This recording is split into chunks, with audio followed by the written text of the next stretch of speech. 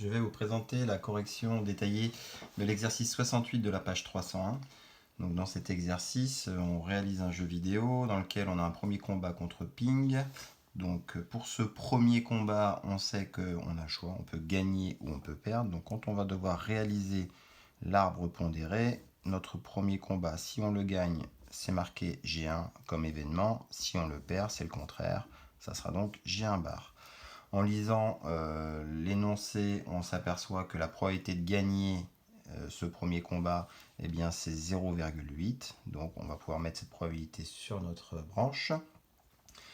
Maintenant, si on a 0,8 ici, eh bien, on en déduit la probabilité de cette deuxième branche. Je vous rappelle que la somme des deux probabilités ici doit être égale à 1. Donc ça nous donnait 0,2 parce que 0,8 plus 0,2, ça nous fait 1. Ensuite, on a un deuxième combat. Ce deuxième combat, il est contre Pong. Qui est à la suite du premier. Donc soit on va gagner, soit on va perdre ce deuxième combat. Donc là, il faut être vigilant parce qu'on pourrait avoir envie d'utiliser la probabilité qui nous est indiquée dans l'exercice 0,6, la probabilité de gain contre Pong. En fait, c'est une probabilité qu'on ne va pas retrouver tout de suite du tout, il va falloir attendre un petit peu. Donc ici, si on continue notre arbre, une fois qu'on a effectué notre premier combat, si on l'a gagné, on a la possibilité de gagner le deuxième combat ou de perdre le deuxième combat, donc G2 ou G2 bar.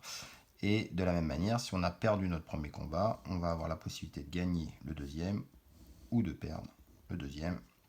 Voilà l'arbre que cela nous donne.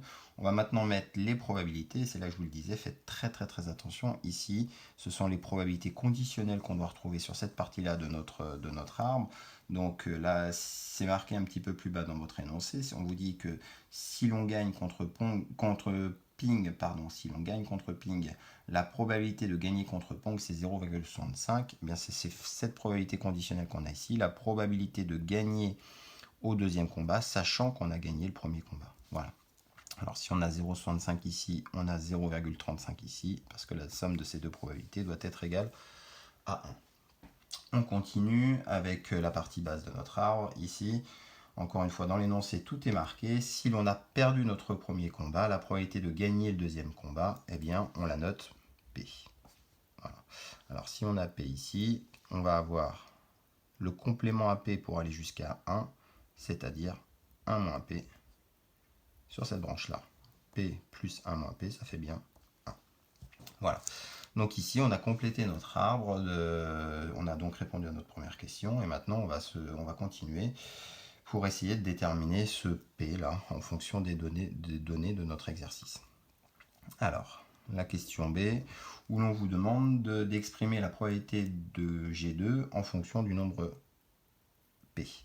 Alors, on va regarder dans notre arbre à quel endroit est-ce qu'on obtient notre G2. Ici, on a G2 de mentionné ici, on a G2 de mentionné ici, et on peut appliquer la formule des probabilités totales qui nous dit que la probabilité de G2, ça va être la probabilité de G1 inter G2 plus la probabilité de G1 bar inter G2.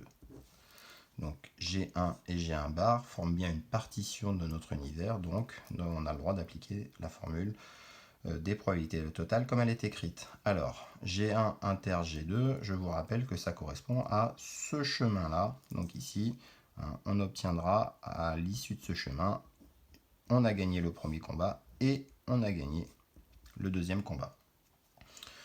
Donc, la probabilité que cet événement-là se réalise, c'est d'avoir suivi ce chemin. On multiplie les probabilités rencontrées sur le bord du chemin, 0,8 d'un côté, 0,65 de l'autre, 0,8 multiplié par 0,65. Le deuxième chemin, c'est on a perdu le premier combat, mais on a gagné le deuxième. Donc on a rencontré 0,2 et P, 0,2 fois P.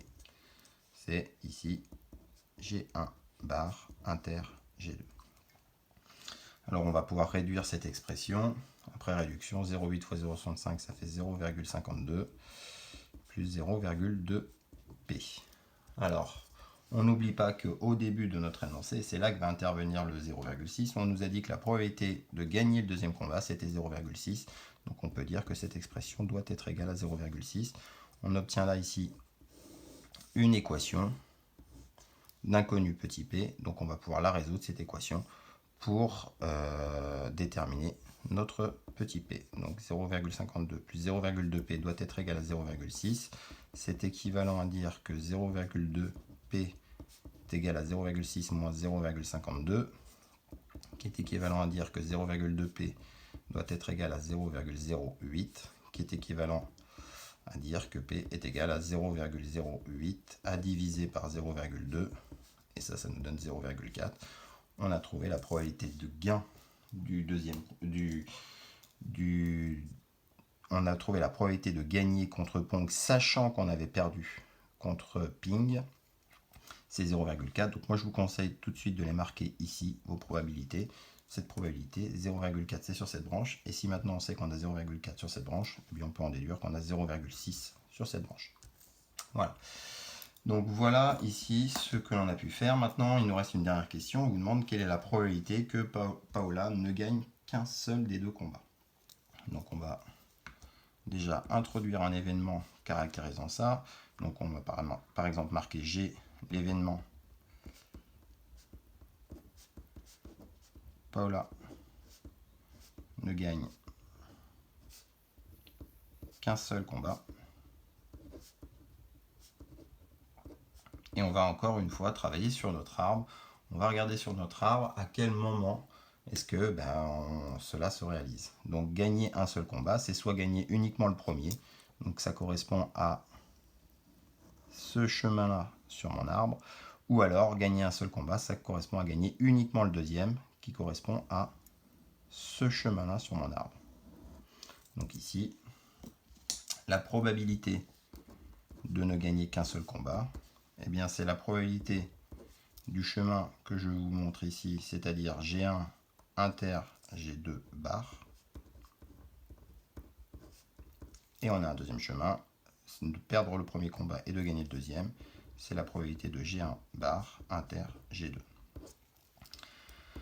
Alors on peut déterminer facilement ces probabilités parce que, encore une fois, quand on suit un chemin, on multiplie les probabilités rencontrées le long de ce chemin. On va multiplier 0,8 par 0,35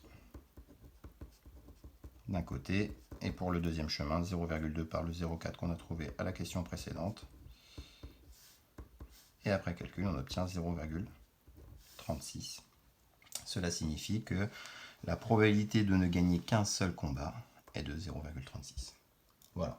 Donc j'espère que vous avez bien compris les explications. Si toutefois vous avez encore des questions, n'hésitez pas à les poser sur le fil de discussion de Pronote. Bon courage à vous. À bientôt.